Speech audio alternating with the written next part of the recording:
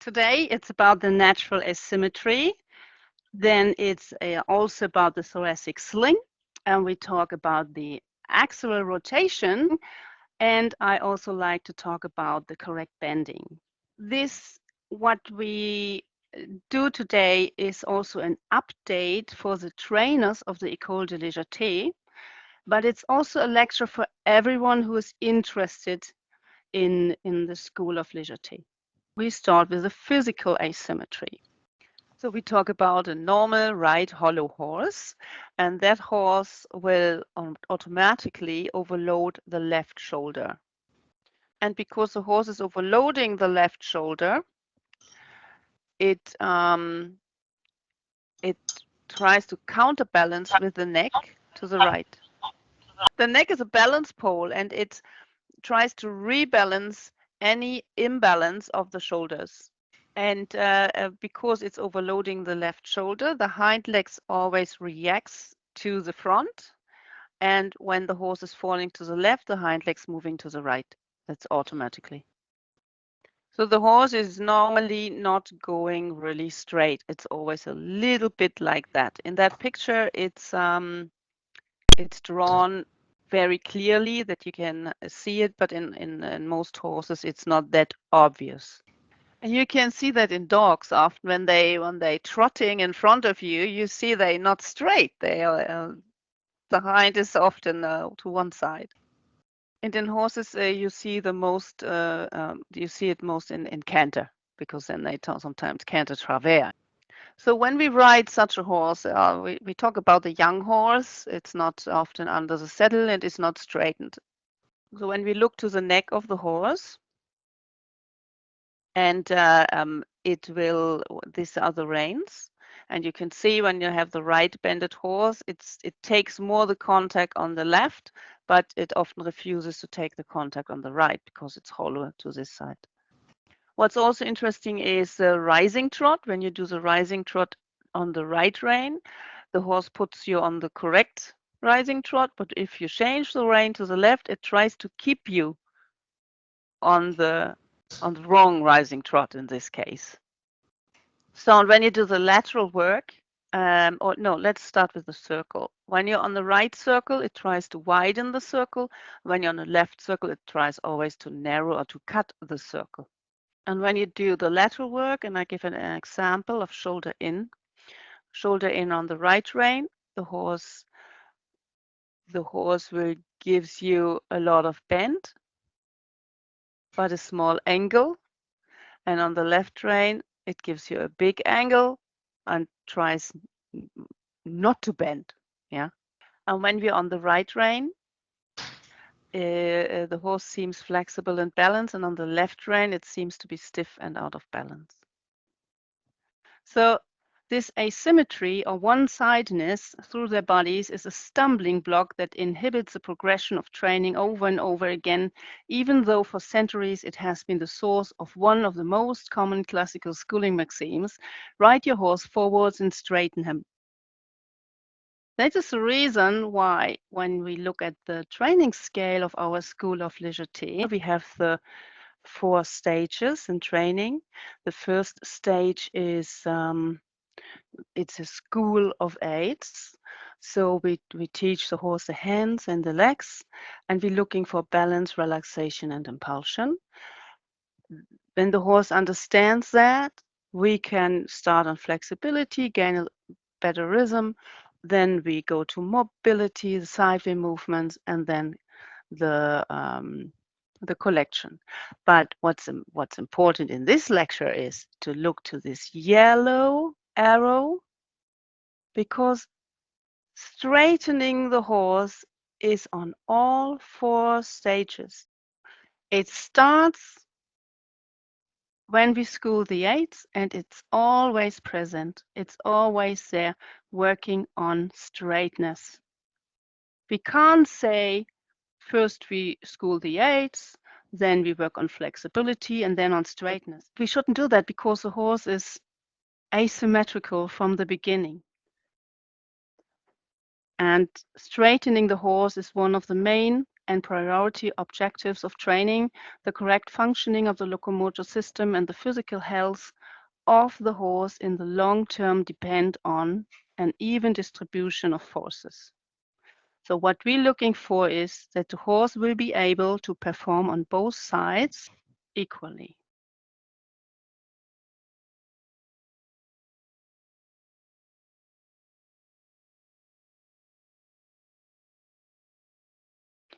Good, this is so far what we know from the book. And now I like to go further because there is a lot of new research about the asymmetry of the horse.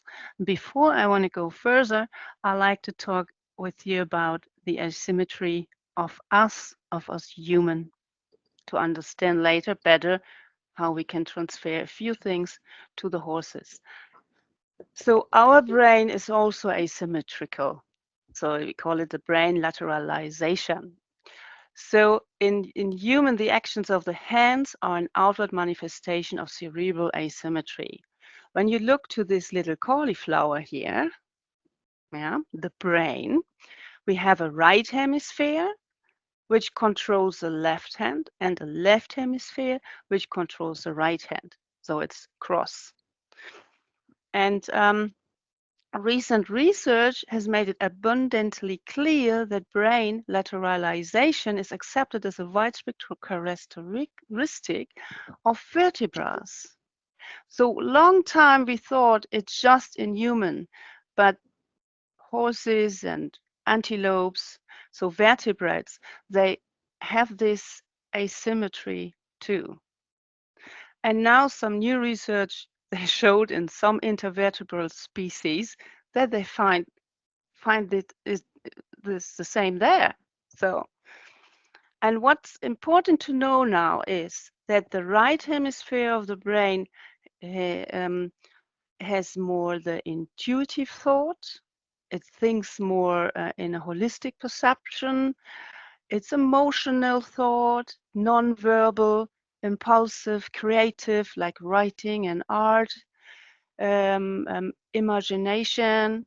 And now, contrary to that, the left hemisphere is more analytical thought. It's detailed oriented perception. It's rational thought. It's more verbal. It's math and science and logic. I would say very, very opposite to each other. And let's talk about the postural asymmetry first. We human, we are left or right-handed, and the horse, we can say, is a left-banded horse or a right-banded horse. You know, in the past, they said to people, everyone should ride with the right hand. This is what was happening here in Germany. Even when you were left-handed, you were forced to ride with the right hand. And I have a student who was forced to ride with the right hand. Yes, and when I met her first time, she was stuttering. And then she went to a therapist not so long ago, and the therapist helped her with her writing again with a left hand and do some exercises, and now she's not stuttering anymore. When I tell you that you see the connection from movement and brain. There's also a reason for the sentence, you have to learn to crawl before you learn to walk, because the diagonal movement helps to develop the brain. And it's for kids very important to crawl and to do these diagonal movements, because what they found out is that some kids, when they didn't do this in their early ages, very early ages, then they got problems in school later. So I think it's very interesting to see the connection between movement and brain development, but also the other way around by what is, I can say, stored in the brain and how we should use our body. You know, I mean, with that, left to be left or right-handed, and to do it how the brain tells us. And what I know about horses, it's in the from a rehabilitation center. They told me when a horse is normally right hollow and has to be forced to be left hollow because of an accident, they often are getting more nervous or spooky. because they don't use the body how they should use. Now we come back to this. So there are some difference in muscle strength and bone density favoring the dominant side. These are a consequence rather than a cause of greater use of the dominant side. And we come back to humans. They found out that in human, the handedness in human is much more obviously a matter of different skill and activity between the hands, reflecting a cerebral asymmetry rather than a mechanical one. What is meant by the mechanical one? Mechanical is that it's because you use the hand more. Okay. That's the reason you have a better skill. And they found out you have a better skill on the right hand because it's also cerebral. So when you grow up, you automatically use the hand. You use more because it's from the brain. So you automatically do, when you have different skills and you use the left hand to hold and the right hand to do something, it's just because it's stored. It's hardwired, I could say.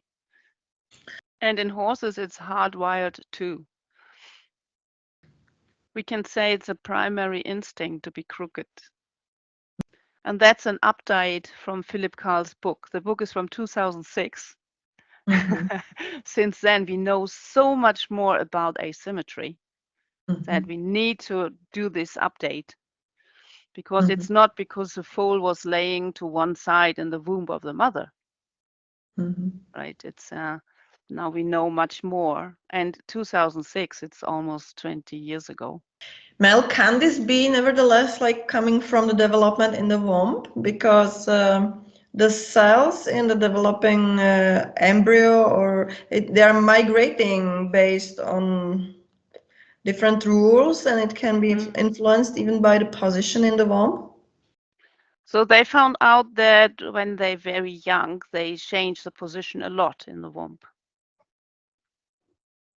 So, and then, so they try to move to the left and to the right. They don't lay the whole time only to one side. When we have so many problems with a horse because it's asymmetrical, what I want to say is, we're on the right circle, the horse wants to narrow the circle. We're on the left circle, the horse wants to widen the circle, or left bend is easier than right bend.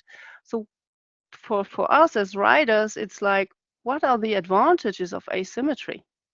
So, and the evolutionary theory tells us, yeah, maybe it takes too much time if you would have everything in the brain on the left side and everything on the right side. But they're not sure about that because some hormones make our brain faster. Yeah. So it's a thesis, but it's a good explanation for the advantage of asymmetry. Then we have the avoidance of duplication, and this may be especially important in complex functions. Duplication may therefore be wasteful of neural space. That makes sense to me. And when you think about the horse, when it needs to flee, and it has to think about it, it gets eaten. So it must be immediately. It's like a program. Flight is flight. Yeah, no thinking. So because of this hardwired asymmetry, the horse will offer us everything in its asymmetry because that feels normal. That means, I take as an example travers, how you see here with my horse, Lichterfee, she's performing travers. And she should be hollow to the right. She is hollow to the right. Nice bend. And now look to the horse behind her. So this horse is a beginner in travers.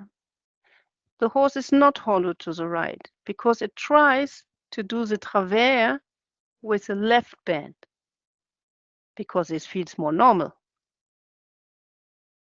And then you have a tilt. The horse tries to put some weight to the right shoulder instead to the left. And then you have the little tilt. So and that's just one example. So what we can say is, when we train our horses, we maybe should do the opposite of that, what the horse is offering us, to work on straightness. When we have also a horse which is hollow to the right, and we do shoulder in on the right rein, it will gives us a lot of bend, but gives us not much angle in shoulder in. The same right hollow horse on the left rein will offer us a big angle in shoulder in and will try not to bend. That is so typical. And to straighten the horse, we must ride with the right hollow horse on the left rein, a lot of bend and a small angle, and on the right rein, we limit the bend and the bigger angle. That the horse will use, I could say, the opposite musculature, opposite muscles of the asymmetry. And if we don't work on straightness, if we don't consider straightness in our training, the horse becomes more crooked because it offers us everything in the crookedness. That means it will become more crooked if we don't know. And this can lead even to lameness in the worst case. And if we work on straightness, the horse learns to perform equally on both sides, but will never be straight. Because asymmetry is hardwired in the brain. It just learns to perform equally on both sides, which is a huge benefit for the horse.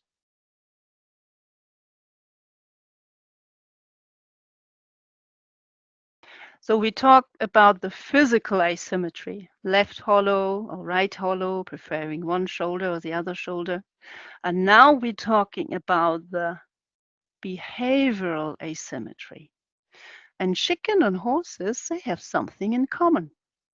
They both have their eyes placed laterally on the head. Dogs and cats and human, we have them not on the side. That makes a huge difference. And what's very interesting is that some researchers found out that chicken turn their left eye to the sky to look for predators and their right eye to the ground to search for food. And come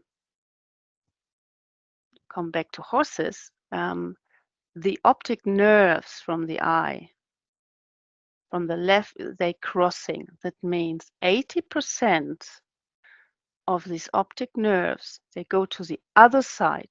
So the left eye is connected with the right hemisphere of the brain and the right with the left hemisphere of the brain. With these optic nerves, 80%. In human, it's 50. So human, when they see something, they connect it on both sides. A horse mainly on the opposite side.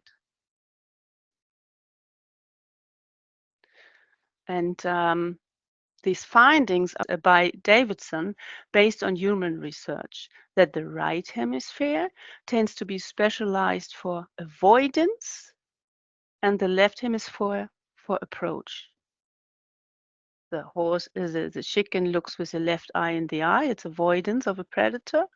With the right eye to the ground, it's approaching the food. And horses do the same.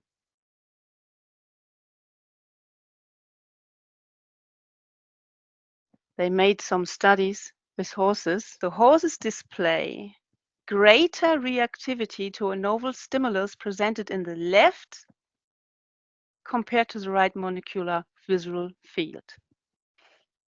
So when you present an umbrella, they did that with some umbrellas, the left eye, they have a higher reaction than when you present it to the right eye. And then horses tested initially on the left side exhibited greater reactivity for the left approach, whereas horses tested on the right side first displayed no side difference in reactivity. So that says when you start showing your horse a new object, a scary one, and you start with the left eye, you have a higher reactivity, and it's not easy to get the horse to calm down. Or it depends on the horse, of course, but it would be easier to show at first the right eye, because the horse will calm down or will not react that much, and then the left eye. So that's something we can use for us. When we show our horse something new, make sure you come from the right side and then the left. And what's also interesting for me is when you do liberty with horses, some horses, they want to keep you on their left eye because they have to react to keep reactive. They often put the person in the left eye and not in the right eye. But I also found out, maybe you have the same experience, when you do the in-hand work and you're on the right side of the horse and the horse's body is yes, you're on the right rein, then the left eye is looking to the outside. They're more spooky than if you do the in-hand work the other way around, when the right eye is looking outside. Have you the same experience?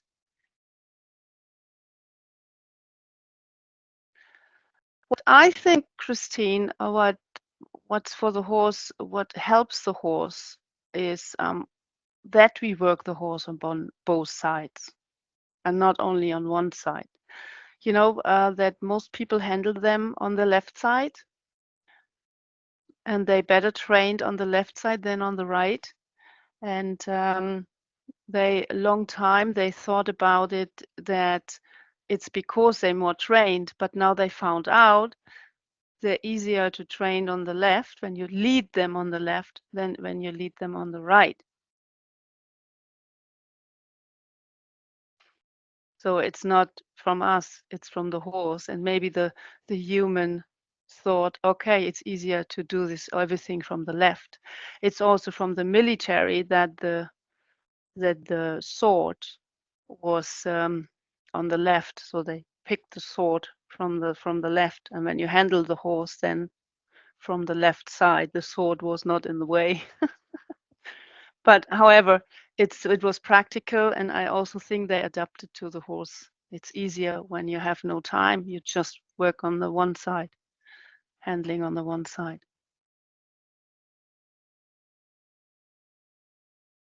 Yeah.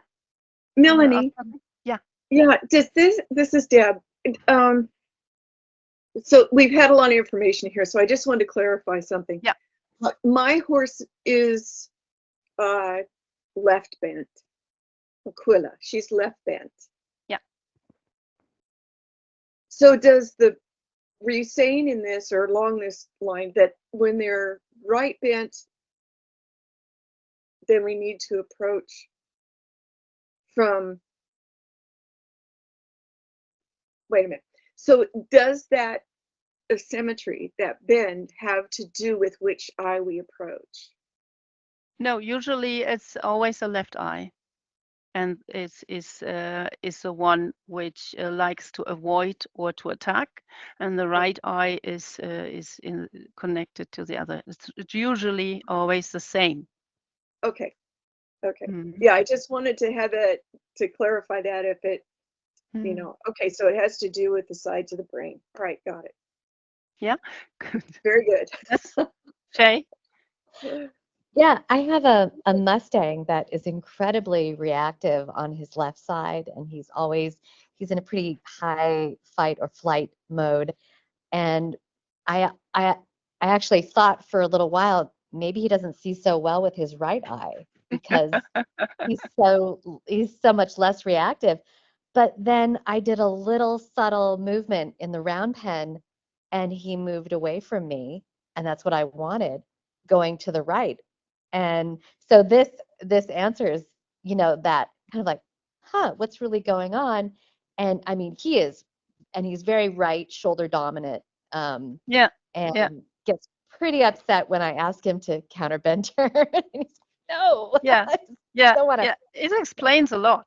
It explains a lot. Yes.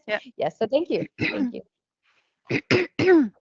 We also can say, you know, I know when I was in Red Deer in Canada, at the horse fair, there were real cowboys playing with young horses, and I liked that they said instinct brain and thinking brain. It makes sense now, because I would say the left eye is the instinctive brain and the right eye is the thinking brain. So I think they found something out by doing. And now we have the proof of that. So, and to keep the horse more in a thinking brain, it's good to start on the right side if you want to introduce something new to the horse. Yeah, that makes sense. It's also interesting that horses turned to the right when approached from the front were found to exhibit longer flight distances than that turned to the left.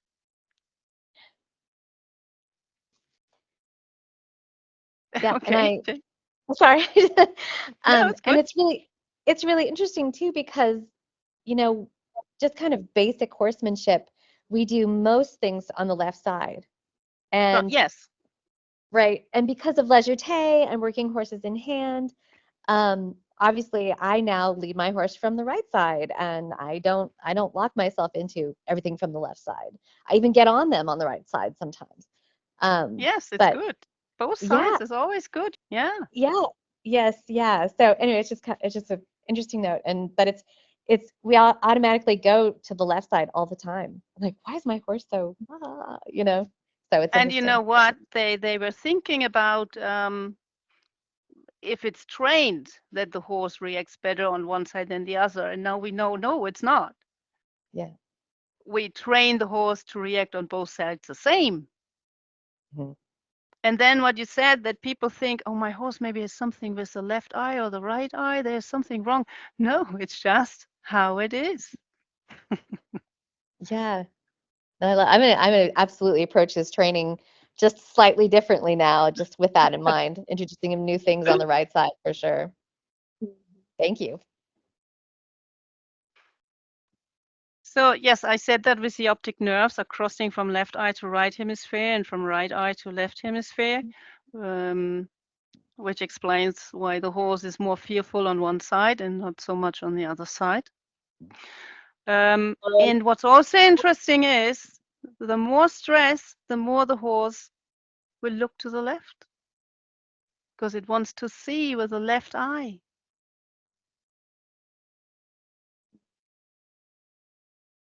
And 72% of the horses look with their left eye to a novel project. Wow.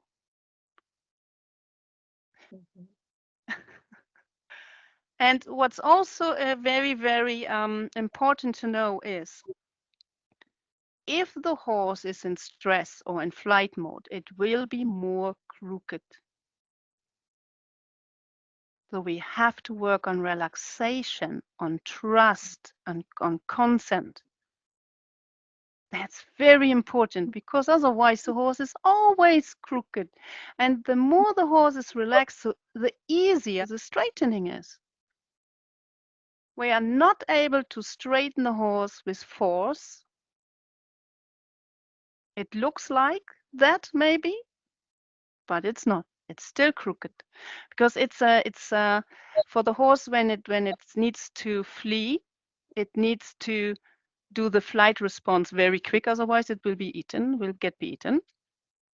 And when the horse is in flight mode, it's always more on the shoulders, always the back muscles are contracted, always the hind legs wants to push, and they are more crooked.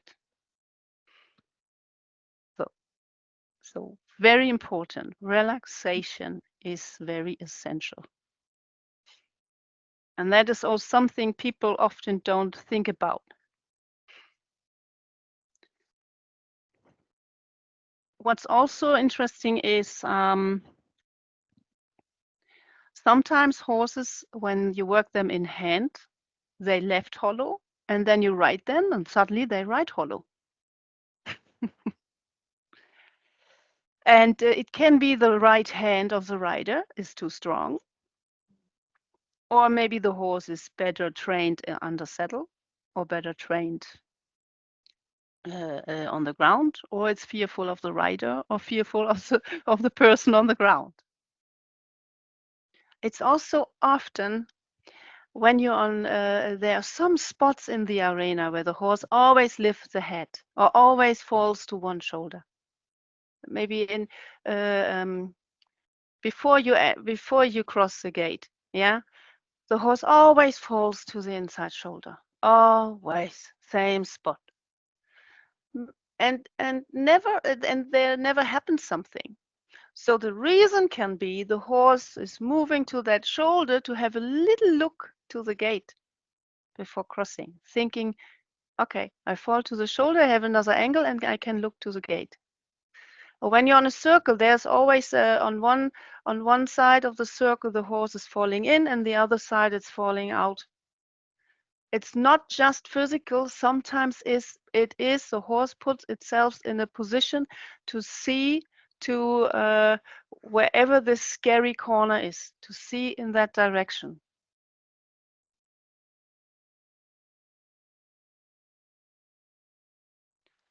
Yes, Kate, yes. And Kate, she says, so the right-shouldered horse who is nervous will look out the left eye and lean on the right shoulder. This is why relaxation is paramount. Right.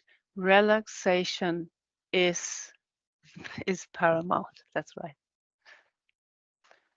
And also, when you right shoulder in, and you have the both long sides, and you right shoulder in on the long side. One side, the shoulder in is so easy to it's always on the left rein, yeah. And on one side, away from the gate, I say now, away from the gate, shoulder in is so easy. The horse gives you a nice bend, a good angle, and then towards the gate, suddenly the horse shows a tilt. I see that very often, that one side is good and the other side, it's the same rein. There's a problem. And this, I think, has to do with the eye, with the position of the eye to see something. And so it's also paramount, it's relaxation, that the horse gains trust, and that we have the consent from the horse. And it's also to work the horses on both sides. It's very, very essential to work them on both sides, that they always come out of this instinct. And to see with the eye, I just want to have a quick look to this here, to this picture. As we know from Philip Carl's book, the horse has a monocular field because the eyes are lateral on the head, and a binocular field which it can see, and it has blind spots. So here is a blind spot, and here. So and here it sees a two-dimensional, and here three-dimensional. And I like this drawing a bit more than this in Philip's book, because you really can imagine this right eye, how it's looking this way, and the left eye is looking this way. And because they are not in front of the head, no eye can see here, right? So there's really a gap. And the horse can look down to see the ground. Here, it can really see the ground here. So, and because of this blind spot, when the horse is on the vertical in pole flexion, very vertical, it doesn't see what's directly in front of them. So, and I also, from my experience, pole flexion is not just gymnastic, it's also trust. Because I know some horses with different riders, and I know they trust the rider, the pole flexion is there. They can relax into pole flexion. But if they don't trust the rider, they don't like to do the pole flexion, because when the horse has the nose slightly in front, then it can see again. And you must imagine you have here something in front of you, because this is where they don't see. And you flex your head, you don't see in front of you. When you lift a little bit, you can look underneath. And as we all know, in hyperflexion, the horse sees just their own feet. Yeah. And then the horse tilts a bit the head to maybe look with the left eye and the right eye, because they don't see sharp how we see. When you see the horse's eye, there is a stripe and not what we have, the pupil. So there's a stripe, and this stripe can see sharp. And so they have to turn the head and to twist the head to see sharp. And that is also a thing what you often see and you have to face. So for me, the relaxation is so essential, and that trust us that they don't have to look all around, that they just concentrate on their work, concentrate on us, give us their attention. And yeah, that has a lot to do with relaxation.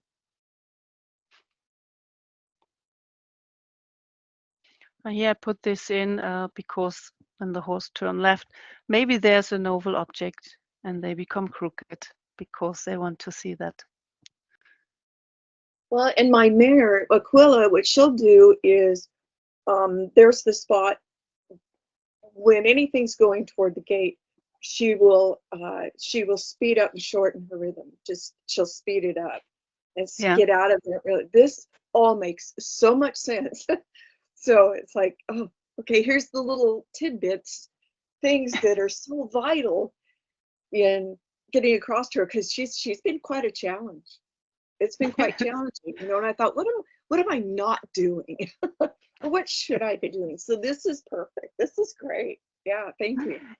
It's also what I think is on a circle or some spots in the arena. They always lift the head, or they always tilt or fall on the shoulder on that spot in the arena. It can be that they fall to the shoulder to be able to look better into the direction to the left. And then you have your circle on one side, you say, it's always the hind legs out. And on the other side, it's falling the shoulders in. It has to do with this too. It explains a lot. So what we can say, the behavioral asymmetry left eye, right eye in horses in general, the conclusion of that is that the right hemisphere, right brain activation, reflected left-sided behavior was associated with negative emotions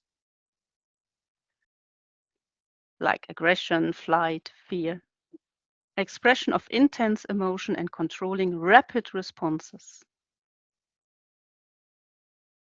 Then we have the left hemisphere. Left brain activation reflected right-sided behavior was associated with positive emotions, constant and repeated situations, approach, food, require inhibition of responding until a decision is made. And we really have two kinds of horses. They see the world more negative, and we have the kind of horses which see the world more positive.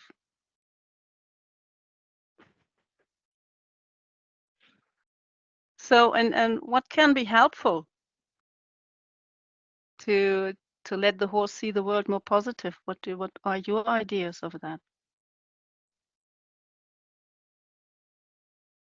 I would think it would be the approach. You know, now with this information, where we approach, how we approach. Yeah. I also think it's when we teach the horse a very nice right bend, maybe that's helpful too. Because when they turn the head to the left, And this is more the right hemisphere. Then maybe with the right bend, we're working on the left hemisphere, doing a lot of things on the left shoulder can help. And sometimes and yeah, it's not just working the body; it's working the mind. I know one horsemanship trainer. I don't know how he's doing this. I wanted to invite him here in Germany. He's working with the eyes, left eye, right eye. He's walking behind them, and he has something that the horse looks to the left and looks to the right and looks to the left and looks to the right and look left, right, and then the horse is straight. After his training, he doesn't need long time to make them straight because he's working with the eyes. That's interesting. Pick his brain. Working the brain. Yes, working the brain. Yeah. So what we know now is that the horse shows a physical and a behavioral asymmetry. Both is brain related, and we can call it a primary instinct.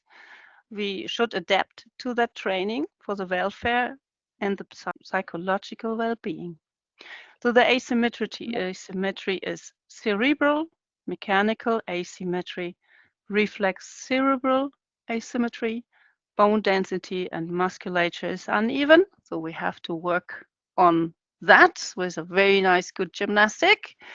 The emotional state influences the asymmetry of the body. In flight mode, the horse is automatically more crooked and on the forehand. Straightness is essential for a riding horse, for body and mind equally. Not knowing this can lead to serious welfare problems. And we have, of course, didn't talk about that so far. It's about the additional influence on the asymmetry of the horse is teeth problems or stomach ulcer, or horses with heart problems. They very stiff when you try to bend them to the left. It has to do with the fascia and the muscular connections. Of course, accident, saddle, which pinches one shoulder, and the rider, of course, and so on. So we have so many things to consider when it's about the asymmetry. Shai, you wanted to ask, yeah? Just to say that this is so timely because my little Mustang, he is Yeah. absolutely right. This information is so important. Yesterday, took him out on the trail. He was very nervous. There was lots of things for him to look at. He got incredibly crooked, and my back started hurting. And I usually, when my back starts hurting and he's crooked, I think his back is hurting. I got off of him and hand walked him, and I walked on the right-hand side of him, and he calmed down and was kind of like, oh, okay. So, I mean, basically, just confirming everything you're saying. It's just like, oh, yeah. And he was very sore in his back, and he's very emotional and loves to, yeah, that whole, he's on his right shoulder, always looking to the left. You know, so yeah. you say he's emotional, and you know that the scientists, they don't like to talk about emotion in animals, but they said some horses are very emotional, and they're usually more on the right shoulder. He is, absolutely. Yep, Yeah. that's him. And yeah, yes, especially these kind of emotional horses. When you want to put them away from their safe place, the right shoulder, of course they try to stay there, yeah, yeah, and to refuse doing that. Yeah. yeah. So, So but if I with them, do, it's also important to do a lot of relaxation exercises. Working on straightness is working on the body, on the behavior, the emotion. I like to say calm, consent, confident. If the horse is calm, it's relaxed. It gives us the consent, it has trust in us, and then it can be confident. So that's when I think about the sentence Steinbrecht said, ride your horse, straighten your horse and go forward. I would add, relax your horse, straighten it, and ride forwards.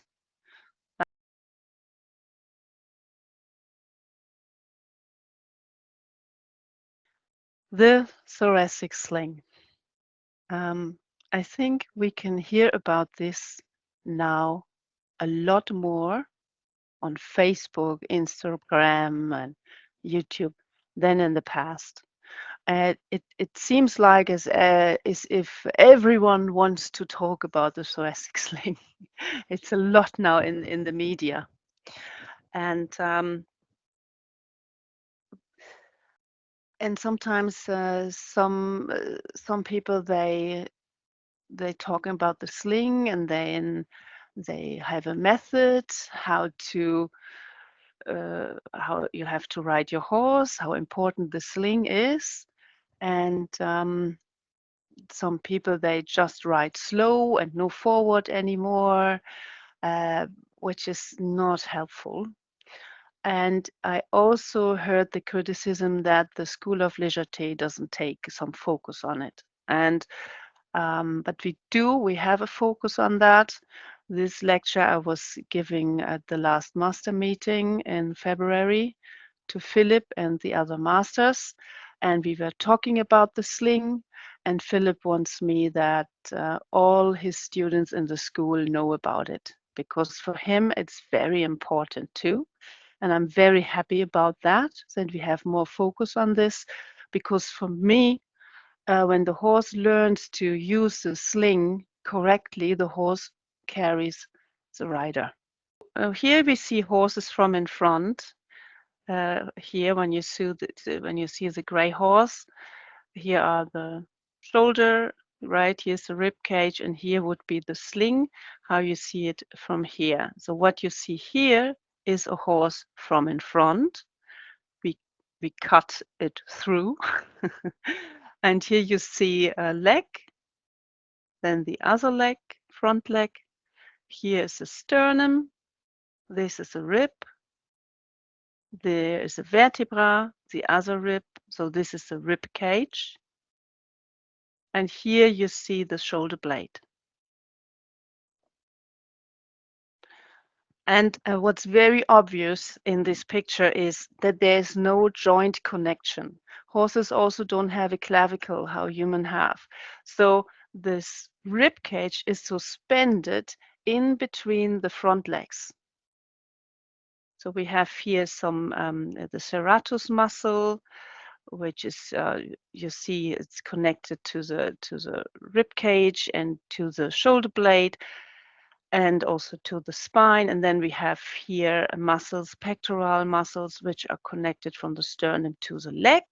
So you see all the musculature connects the sling to the front legs.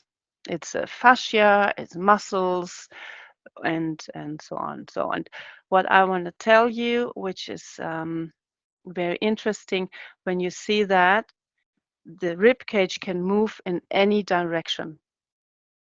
It can go up, how you see here with the blue and the blue line, or it can sink down. It can also twist. It can go back and forward. It's like a swing. Yeah, it can hang in there. So, and on this picture here, you see the muscles toned or contracted. So then the horse can lift the rib cage. Or on this picture here, the muscles may be weak, or they just relaxed, and then the rib cage sinks down. And to illustrate you, to have a better insight of this, I have some pictures for you with my horse Leroy. Here he is rearing, and I was very lucky because we made, you know, these pictures when the camera is doing click, click, click, click, click, click, click, you know, every millisecond a picture. And after the rear, I have the landing phase. And when you imagine here's the rib cage there, after in the landing phase, it sinks down. And from the impact after the landing phase, it comes up on this picture. So it's down, up. So that's a huge range of movement the rib cage has in between the shoulder blades. What's also interesting is to see he was well trained. He was using his thoracic sling, so it's a shock absorber.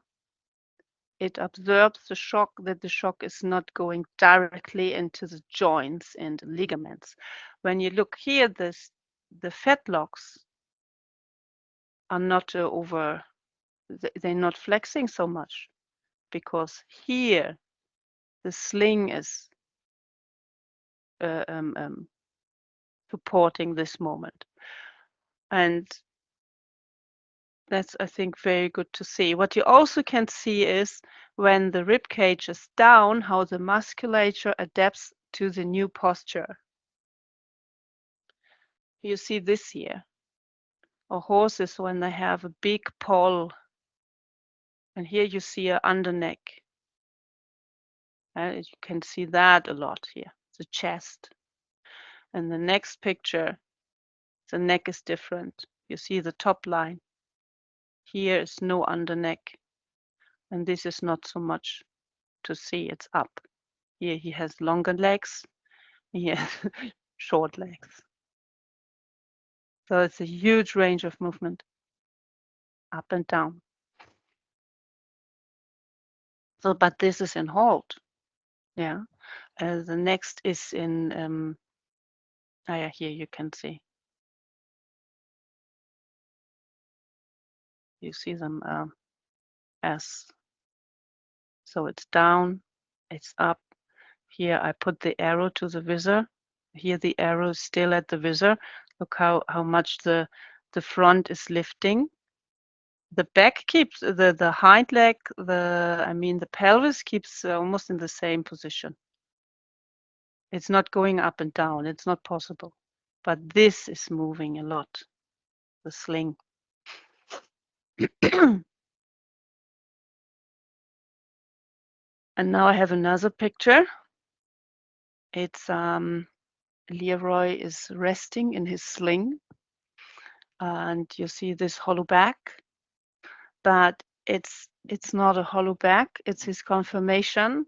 He is low, he has a very low setted neck, and when horses have a low setted neck, the back can't start here. It's and when he's resting, he's, how you saw it in the picture, in the drawing, the rib cage sinks down. It's nothing bad, it's just sinking down. It's like in a hammock. I call it then a hammock. The horse is resting the rib cage, the trunk, in a hammock. And I put an arrow here, it's down, but it's also, the chest is forward. Yeah? And what you put a saddle on, it would be the wrong one.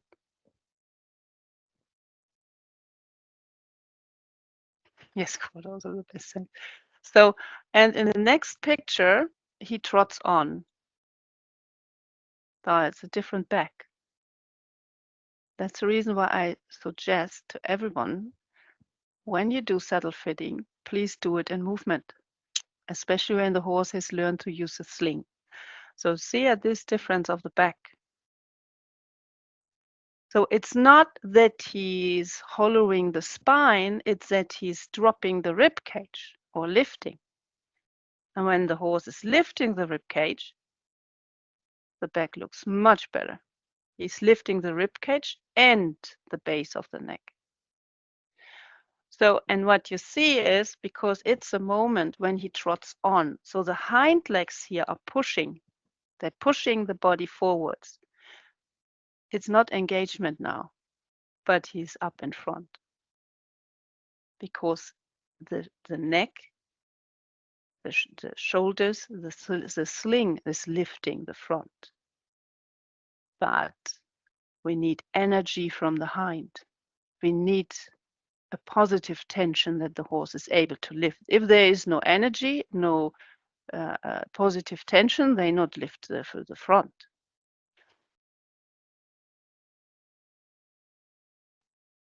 Yeah, and this is a huge difference, right? also how he's using the neck. And now you can again compare the musculature, how it adapts to the new posture. So here we have the underneck. Oh, what a bad trained horse, right? Such an underneck. And this low back. Oh my gosh. And here, and now it's like a stallion neck, filled, totally filled. He's using it. He's using these muscles.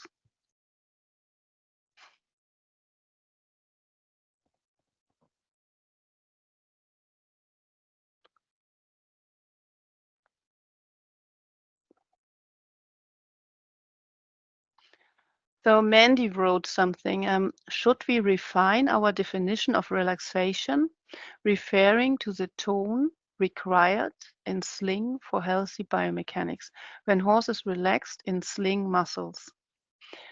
Mandy, what do you exactly mean with that? Because of course, relaxation, we need relaxation that the horse is not crooked. But we also need impulsion. We need the muscle tone. How you see here on top, I said, because Philip, he said, it's not that easy to just balance the shoulders of the horse correctly. And so what you need is you need the correct muscle tone that the horse is able to do it. You need impulsion. You need, of course, relaxation. If the horse is not relaxed, the muscles are tense around the rib cage and it's not able to lift, yeah, and to have a cadence and trot and balance. If the horse is not in balance, it will not lift. It needs to have a good lateral balance. And when we improve the lateral balance with straightening, we gain longitudinal balance. We also gain good longitudinal balance with the waist transitions, but also when we improve the lateral balance. Kate, I like that. Kate, she says, you mean that there has to be positive tension while mentally relaxed. That sounds great. Yes, Kate, good words. So it's also that the sling muscle absorbs down the downwards, but they push also upwards. So pushing upwards, that's what the forehand is doing. Especially when the horse is jumping, the horse has to push upwards and then push with the hind legs forward over the jump. If horses are not able to push upwards, they are not able to jump very high. And it's not just in jumping, when we have the push upwards, it's also in trot or in canter. The horse has to push upwards to canter, to engage. And here I have an illustration. I have on this side, we have this is a shoulder blade, this is the front leg, this is the shoulder joint. Here are the ribs, the rib cage, the spine, the neck. And here are the serratus muscle, the top of the cervical part, the thoracic part. You can see how it is connected to the ribs here. And the most important part, what the serratus muscle is doing is it is for the suspension of the forehand movement. But it also braces the chest for takeoff. So it's from above. And if this is contracted, it's like with the trapezius muscle, then the rib cage comes down. It needs to be like a fan to spread out, to fan out, to lift from above, or like a marionette. Tick, tick, tick. And here on the other side, we have the pectoral muscles, and they're like a cushion. The horse really can lean into it. Yeah? And it's for impact. It saves the horse for impact. So, and some horses don't or forgot, or they were not well trained. they learn to use the serratus. They forgot to use these muscles here. They're just using these muscles. And if these muscles are not in balance, then this cushion of the pectoral muscles draw the butt. They keep the horse on the forehand. And I know some are very, very bad trained horses, so the badly overflexed. They're using this here a lot. And for us as a trainer, it takes really a long time until these muscles are more relaxed and not overused. Helpful is sideway movements and also these muscles here, because when you look, it's here, it also helps with the sideway movements, and bending helps too, to get them out of this stiffness. What I like in Légèreté is that we don't have one solution for every horse. We find the solution for especially this horse, what this horse needs in this moment. But maybe in half an hour later, it needs another solution. This is what I really like in Légèreté, that we don't focus on, yeah, every horse needs neck extension and nothing else, or every horse needs to go slow, otherwise they lose the relaxation. That's not what we're doing. We say this horse needs to go slow now because when it's going forward, it's losing balance. But that doesn't mean this is for every horse. It's just for this horse now. And this is what I really like, that we have many solutions, and that the dressage is for the horse and not the horse for the dressage. So now we come to the neck, because the neck also plays a role. It is also connected to the thoracic sling. So the height and correct use of the muscles of the head and neck is a key factor for stride length, protraction, and retraction. So when we have this horse which doesn't open up the trapezius, then here in this area, then the shoulders, then the visor comes down. And then the neck is not function correctly. It's above, right? The horse will lift the neck in this moment when it pushes the visor down. And this creates short strides. So when the horse can lift up here, when the trapezius make space, it's working functionally correct, then a high neck position will also shorten the strides, but not tense, because there's not this rigid tension. It will shorten the strides, but also lift the legs more. So you see a lifting of the legs. But if this is down, it will just shorten the steps and not lifting the legs so much. It's interesting. And if the horse is lengthening, then the strides are lengthening too. So the neck plays the neck has a very important role. So it also supports to stabilize the base of the neck and the trunk, so the thoracic sling and the neck together. It increases or reduces the traction of the trunk backwards, upwards. So it also supports to stabilize the base of the neck. So the base of the neck has not much support.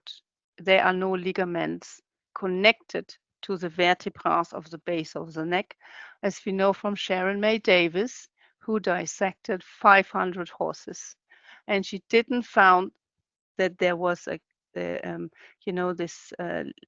ligaments were connected to the top of the neck, but not to the base of the neck. They're missing.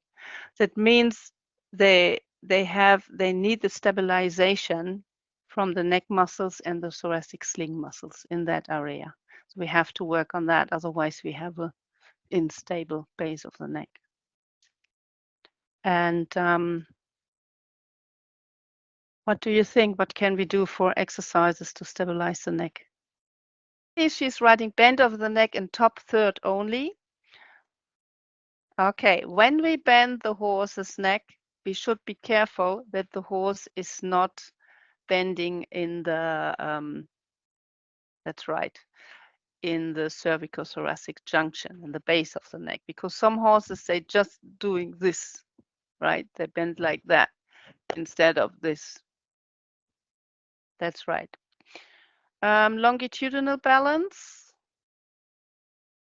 Yes, longitudinal balance, that's right, that the horse learns to lift the trunk backwards, upwards. Yeah, with transitions. Kelly, you don't want the horse to be leaning into its shoulders, so ask them to step back if you need. Yes. Christine, changes of lateral and longitudinal balance. Yes. So you see, the answer is not just one.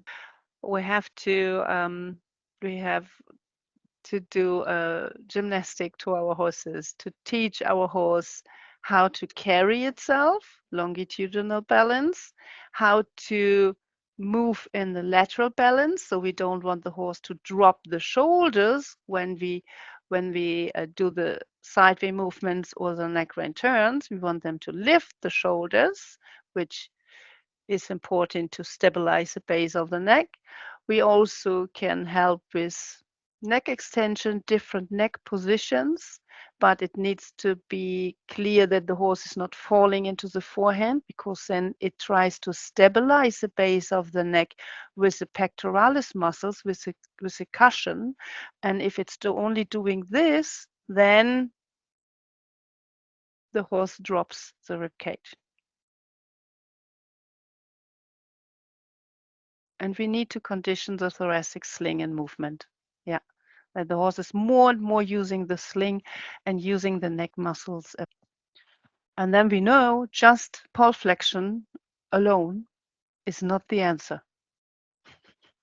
What many people think to do, just flex the pole, that's it. No, it's not.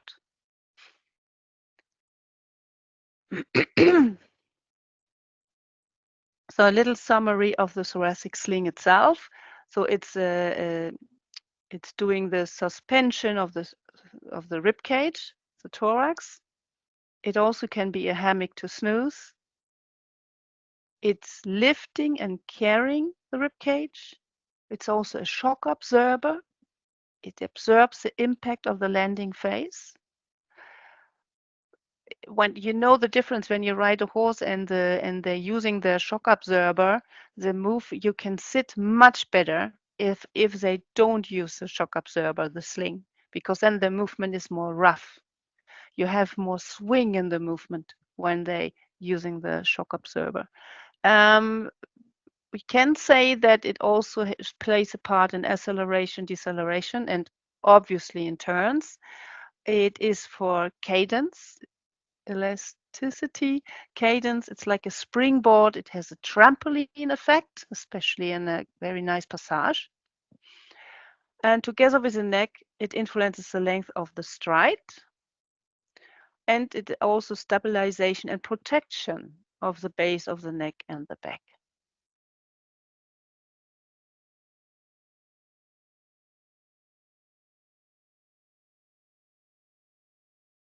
So if you like to ask the question, please do so. Yeah, Shay! Surprise. Oh my gosh, what you said about the saddle fitting. Oh, saddle fitters come and the horse is just standing there. And they're like, Yes. okay, you got to do this. Like, well, how are they going to be able to lift, Yes. through the thoracic sling if you sit the saddle when they're sitting there, like Leroy is in the left picture, Mm-hmm. And it's oh, he wouldn't be able to lift right. with such a saddle. Yeah, and then you get the dropped behind the, right behind the withers, Yes. because and they drop there. So Good. Now we know what the sling is. Now we go further. We're looking for the axial rotation and forwards movement. To be able to go forward, the horse makes kind of fish movements. When you see a fish in the water, it's doing this. and vertebrates, animals with vertebrates, they doing this fish movement to go forward. I have again from Philip books the dorsolumbar flexion. When we look to this horse here, and you see it's in trot. So in trot we have a phase where the outside leg is forward and the outside hind leg is backwards, and the inside legs are together. So it's like an opening of the left side and closing of the right side. So what's happening then? The belly has space because the legs make space and is swinging to the outside. Then the next phase after the suspension, we have opening of the inside, closing of the outside, and the belly is moving to the inside. It has space to move. And when you see a horse from behind, you often see this like a bell. You see like a church bell. You see the swinging of the ribcage left and right and left and right. So this is caused by the undulation of the spine. And when you see a fish in the water from above, you see how they doing this, yeah, to move forward. Or snake, no, snakes are different. So you see that. That's the undulation of the spine. That is what a horse is doing. So it's like bending to the left, bending to the right, bending to the left, bending to the right. In order to be, so that means the horse is not just bending the spine to the left and to the right. For that, the spine is too rigid because it's a big animal. Yeah, it's not a cat. It's not able to bend the spine so much laterally. But to be able to bend, there is a rotation, an axial rotation. So when you look to, I hope everyone can see me.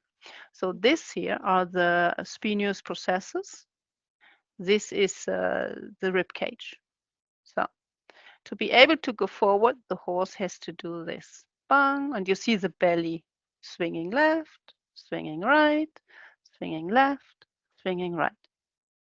And in that moment, the horse bends. So when you look now to this picture here above, so the belly has space and swings to the right. To be able to do this, the spinous processes rotates to the left. So when the lower part of the belly moving to the right, the top, the spinous, must move to the left. And here on this picture, the belly is moving to the left, so the spinous processes rotating to the right. When you have a question, please ask now. So we can say, wait. We can say the spinous processes rotates towards the direction of the bend. Can I ask a quick question? Yes, of course. Melanie, yeah. Here, I'll turn my camera on so I'm probably still sitting in the dark. So axial rotation, I've recently had a conversation about this and my head is like all muddled about it. Okay. So if I understand correctly, axial rotation is a component of forward movement, because I'm guessing as that hind leg comes forward, the belly needs to swing out of the way of whichever hind leg is coming forward. That's right, yes. So we have axial rotation there. But axial rotation is also a component of bend. Is that correct? That's right. Or not? Yes. Okay. It helps with the bend because the spine itself is very rigid. So the vertebrae are very close and there's not much movement, and especially not with a big animal like the horse. It needs to be stable. So to be able to have a little bend, it's very, very little. It needs the rotation. Okay. And to be able to go forward, we need this little, we need the undulation of the spine. So now let's go further, because now we will talk about the asymmetry. We know that the rib cage is moving, is rotating left, rotating right, rotating left, rotating right. But asymmetry influences axial rotation. So when we look to this picture here, on top, so the top muscles, the serratus muscles, are stronger on one side to carry, and on the opposite side, the muscles which absorb, which are the cushion, are stronger than on the other side because of the asymmetry.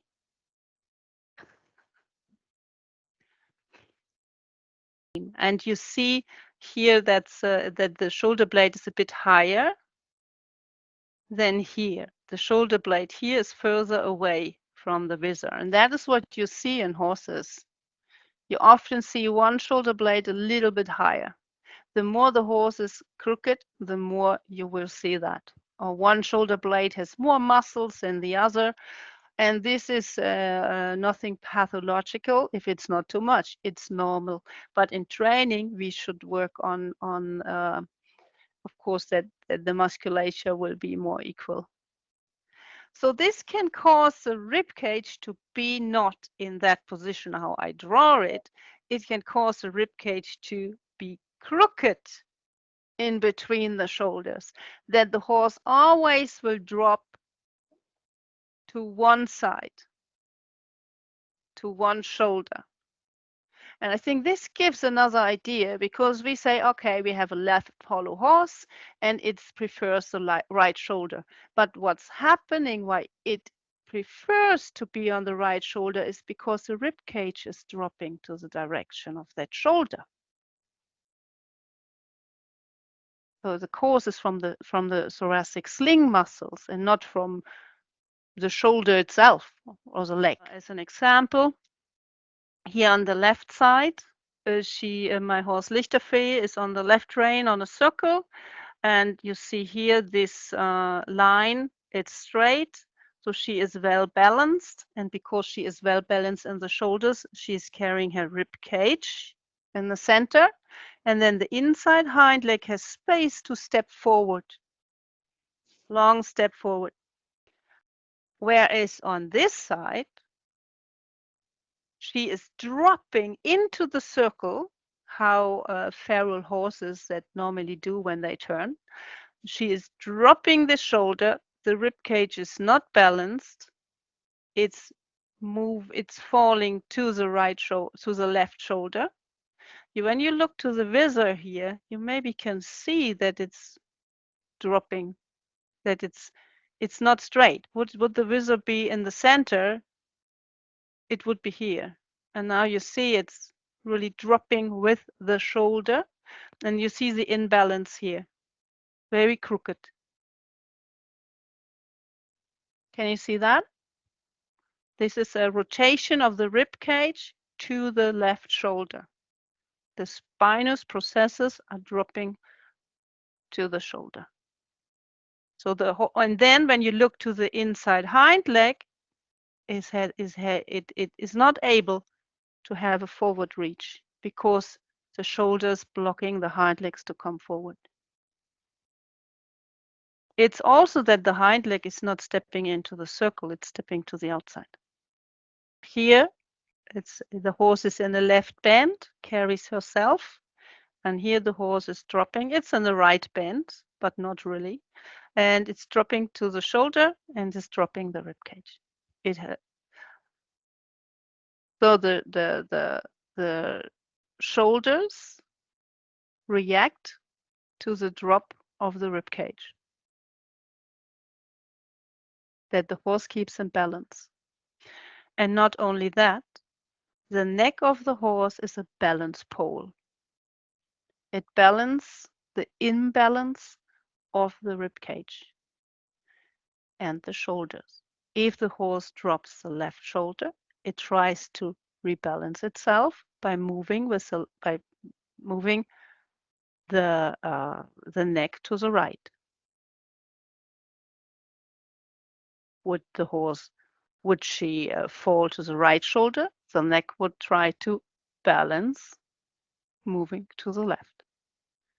If the horse is really falling to both shoulders, normally they lift the neck to rebalance the shoulders.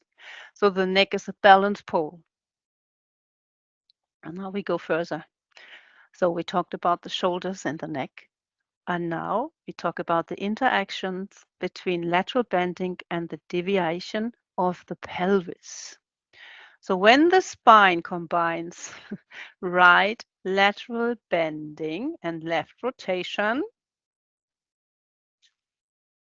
the pelvis is transversely turned in the same direction like the lower side of the vertebra. So that alters the kinematics of the right and left hind leg. So the rib cage itself, when it drops to one side, it has an effect on the hind legs. When the rib cage, like in this picture here, drops to the left, the hind legs move to the right.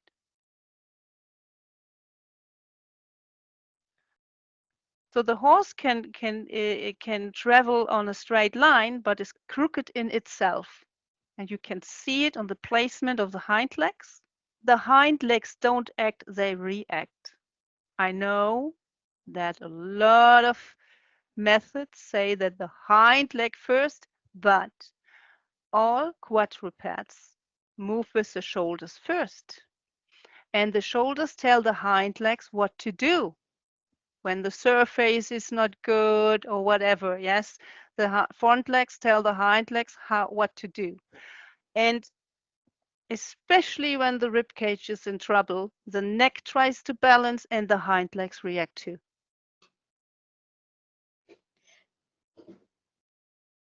Yes, Yeah. I see that. So Fergus at the canter to the right was really twisting his left hind under. But it was because he was dropping on that right shoulder. And so, is that right? Mhm. Okay. So how So he was fixed on the right rein, Yes, going to the right rein, yeah. So how I fixed it is I would do renvers first at trot, and then yes, yeah, By doing renvers, you can help him to shift with the spinous processes to the yes, inside then. yes, And then yeah, canter on, and the canter is much better afterwards. More yes. straight. Oh, yeah, it was great. Thank you. That explains why that works. So what we have this both drawings. So it's both in half pass. Here we have the rotation to the left, and on this picture we have the rotation to the right. You can see, and this is when the horse rotates to the wrong side, we call it contra rotation. But if it rotates to the side how it should be, it's a correct rotation. Because the thoracic sling, there is no joint, the horse can rotate even in the wrong direction with the rib cage. Normally, when we have a right bend, it rotates to the right. But if the horse is too much on the left shoulder, it's not able to rotate to the right, so it rotates to the left. And then we have this kinematics of the hind. It's too crooked. This is not good for the joints. So it's so important that the horse carries the rib cage centered, that we don't overload one shoulder, and that we have a forward reach with the hind leg, that the hind leg is not too oblique. And we call it contra-rotation or inverted rotation. That's also a term. Or I call it just a correct rotation. And that makes it, oh, there's something we have to learn to feel. So in the contra-rotation, look at how I draw this here. You see that the inside hip comes up, she falls to the outside. That's with a lot of riders when they do half pass, they're not able to sit to the inside because of the contra-rotation of the rib cage. What to do in this moment? I asked Philip Karl. He said, okay, in that moment I would lengthen the horse and would lengthen the neck. I would go straight. Then I would work on the left shoulder, that the horse learns to lift the left shoulder, maybe in shoulder in. And then I would do shoulder in half pass. So what's also happening in contra-rotation is that they tilt, so the nose comes more in. The nose follows the rotation of the rib cage because it's the spine. Okay. Yeah. Katrina had a question, and she just I was gonna see. ask it. Yeah. I wanted to first end this. So, Katrina. Is it okay Would you if I call ask this now? a left Sorry. thoracic rotation or a right thoracic rotation? Katrina, what do you mean? I would call the here a left thoracic rotation and the other the right thoracic rotation. I think I'm starting at the spine, but some they do the yeah, it depends. Okay. But we call it now we call it where the spinous processus rotates. So it would be a left and then, rotation. My question actually had to do with this rotation, and it's not necessarily a bending issue, then it's a rotation issue. So what I mean by that is that the solution would not be to say counterbend in this moment, but instead to work on that rotation through lateral movements and a more straight neck. Am I right in thinking that? So when you have this left horse, when counterbend is very helpful. I would counterbend is very, very helpful because in counterbend you'll be able to get the rib cage centered. Okay, noted. And does it matter? It would matter on the degree of flexion at the base of the neck because they the more you would bend in this situation, the more the rib cage will drop to the left. Exactly. So you have to straighten. Yes. Yeah. Okay. Thank you.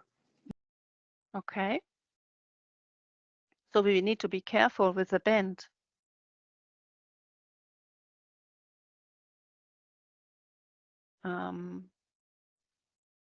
Okay, let's have a look on Leroy. I'm very happy again about the pictures of Leroy. So here he is in the field, free, running around. And here I try to do a pirouette. It's a contra rotation.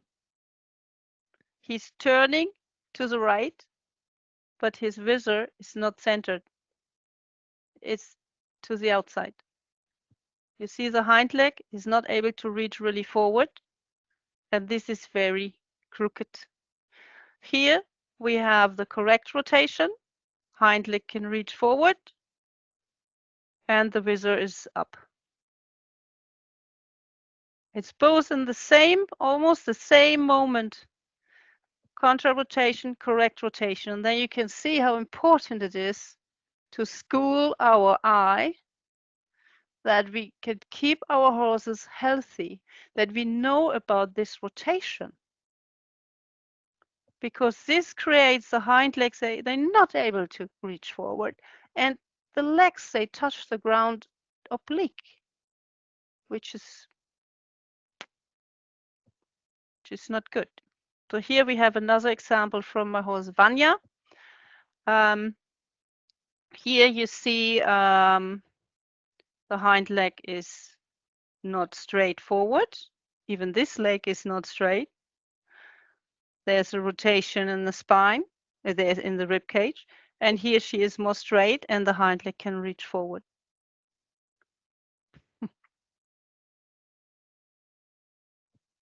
Because when I'm on a circle, I'm looking for that the hind leg can reach forward and is not stepping beside the hoof print of the front leg. I want that it reaches towards the footprint of the front leg or even further over it. Yeah.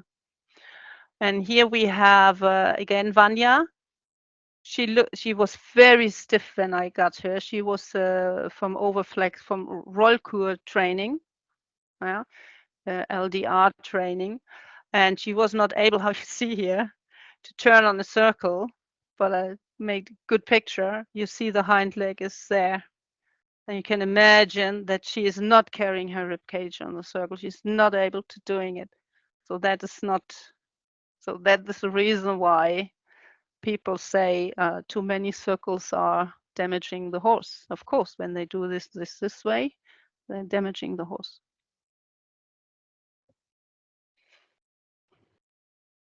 Here we have my horse Lichterfee. Again, this picture where I put this line in just that you can see she's carrying her rib cage. The visor is centered. Here the visor drops to the outside and the hind legs, or better to say to the inside of the circle, and the hind leg is out. And here also to the inside of the circle. You really see how crooked she is. She's not straight. And look at this hind leg. It's completely out of place. So the hind leg disengaged to the opposite direction of the rotation of the rib cage. If it's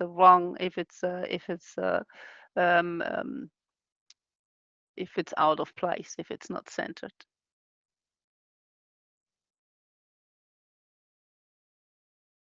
So and here you see her same horse, how she's using her sling. Here it's a trot departure from walk. She's straight, engaged, nice top line, stabilizes her base of the neck, yeah, with the neck muscles and the sling. And here canter departure from trot, it's also upwards. And what's important to say is the better the horse, this balance, the less the horse needs to use its neck to rebalance. This is what old masters said. They said the pole flexion comes at last.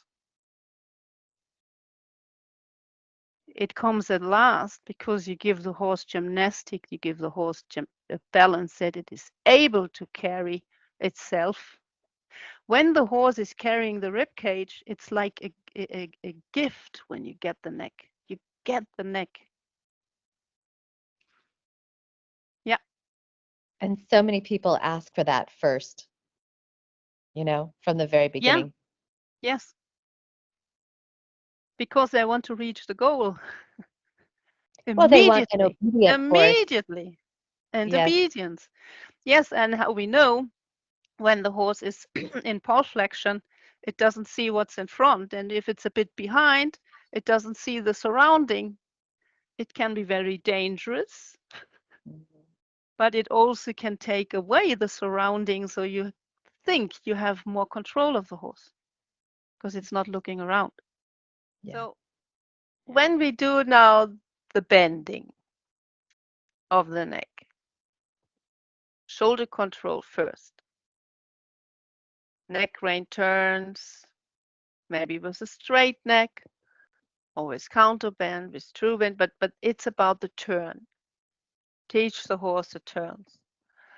For a correct bending, we need the stabilization of the rib cage by using the neck. That means we have to teach the horse our aids, that the horse understands the hands, that the horse is able to lift, that the horse is able to lengthen, right? Then we are more able to have a bend where the horse is not dropping the base of the neck or overloading one shoulder.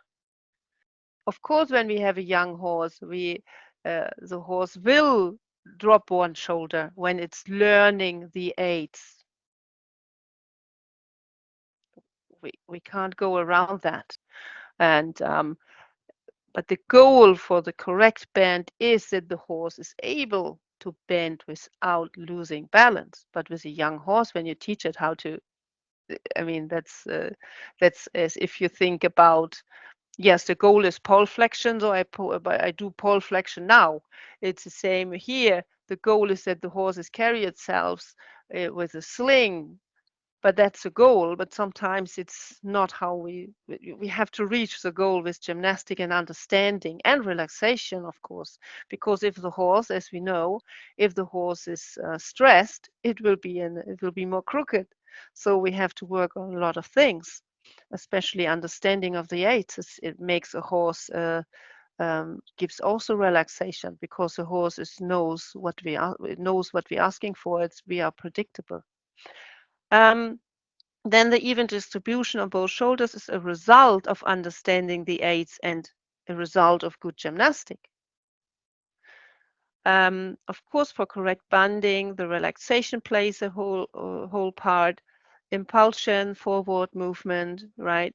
Muscle tone and balance, and how I said, the understanding and relaxation. So we need understanding of the hands.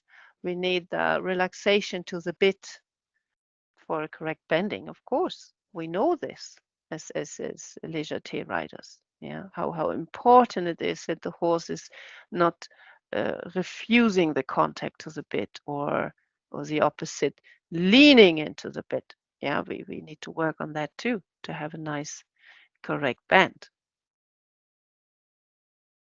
So we can say that the bend can make a horse more crooked if we don't have shoulder control.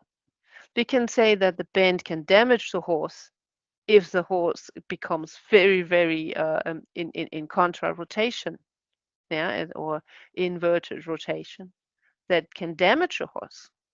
But on the other side, it can stabilize, strengthen, and gives a very good gymnastic. You bend left, you bend right, the horse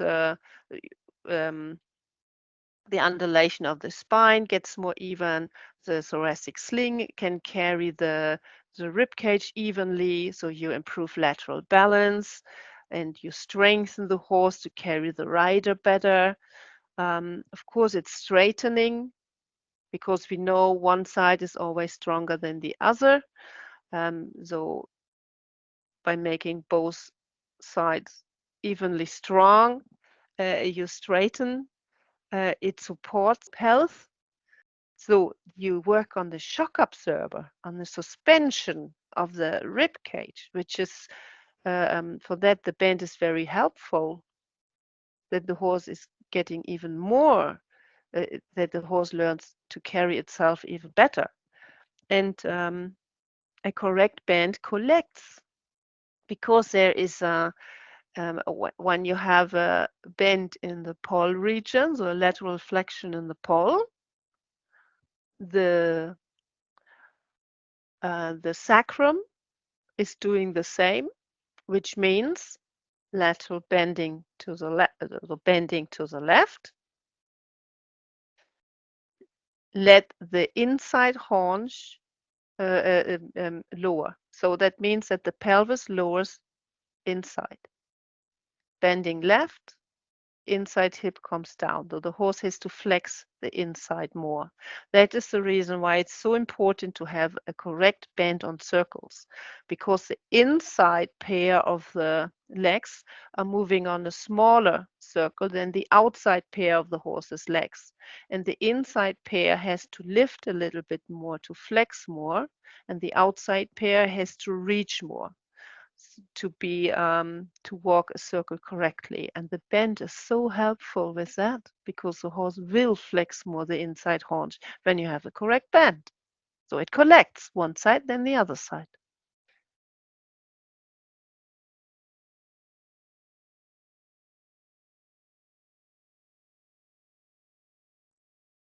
I have a question for you. Is the fléchi droit a beginner exercise? So the fléchi droit is a French term and means going straight with a bend, with a pronounced bend. Christine, yes, but no. Katrina.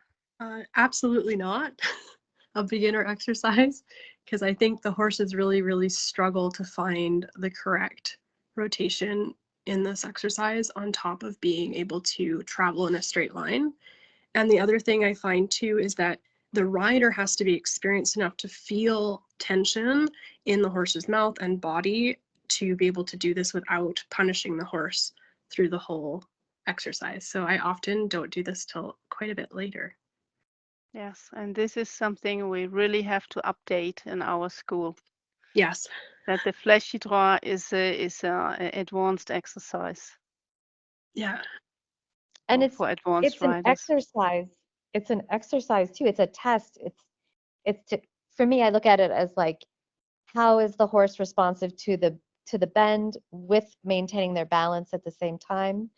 And when you say a beginner exercise, is it the beginning horse or is it the beginning rider? Okay, yeah. That's right. Yeah. The rider needs to learn to feel so much and to have the correct timing and everything. That's right. Mm. And yes, I talked with Philip Karl about that. And he said, yes, a good fleshy draw is for advanced riders and advanced horses. But I have to add, the fleshy draw explains the green horse to disconnect the bend from direction. But then we don't bend much. It just look to the left, but don't go to the left. Or with some horses, look to the left, but don't fall to the right. And for that, it's good to do it on a straight line, but not a pronounced bend. It's just a little bend. And then, of course, the fleshy draw is one of the highest expressions of coordination, balance, and flexibility.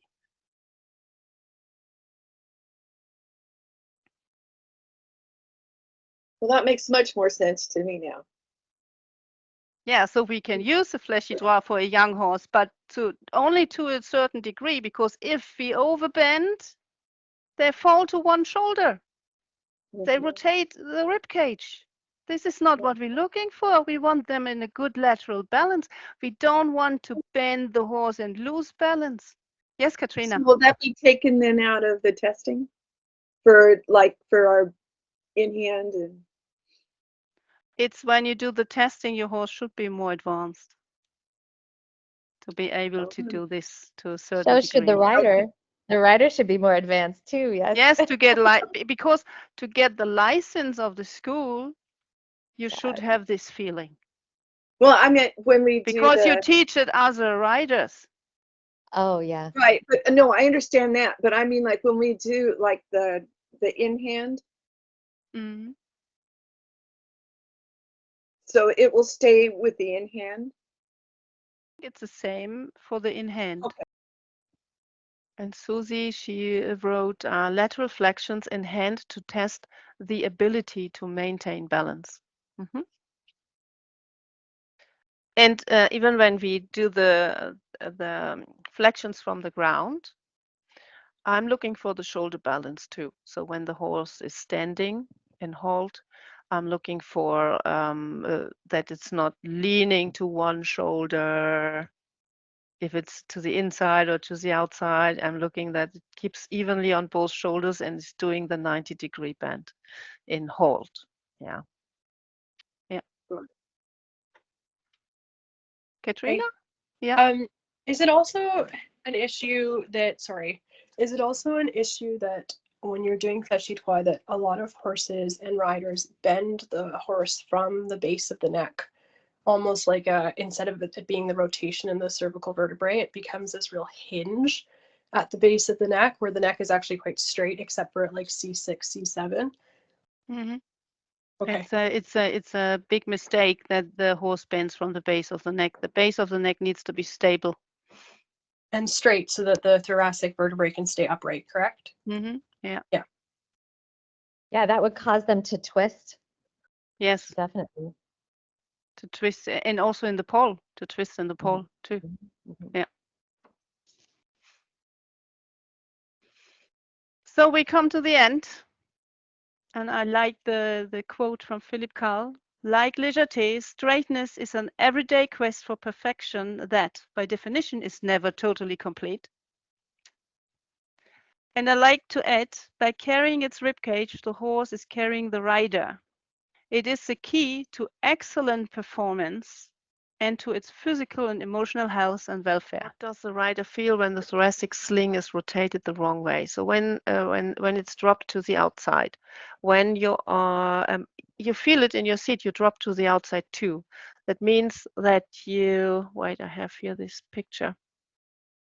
Here, when you look at this, you feel you become yes, you're here. You become short.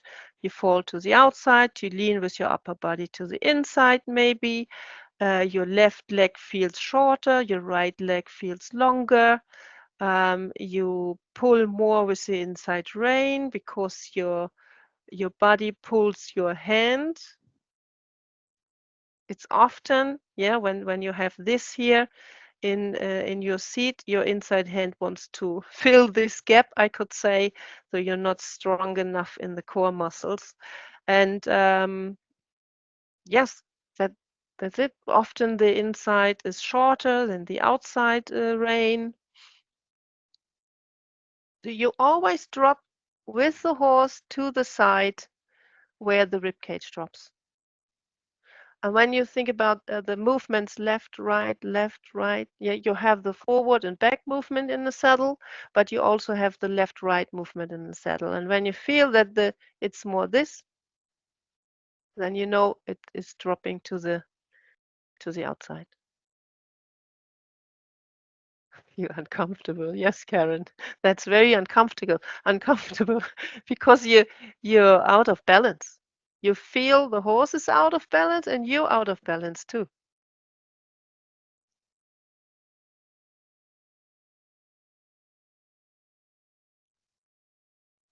Yes, Kelly, that is also a good explanation. She said the first thing I could really feel was the horse's belly pushing my inside leg away. Okay, we go back to this drawing here. Look at this leg, it's down, and this leg, it's pushing away.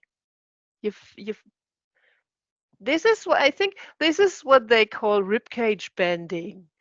Because it feels like the leg is not pushing out of the way. It feels like as if the ribcage is bent. It's more like describing a feeling. We know that the ribcage is not bended, but it's kind of that feeling.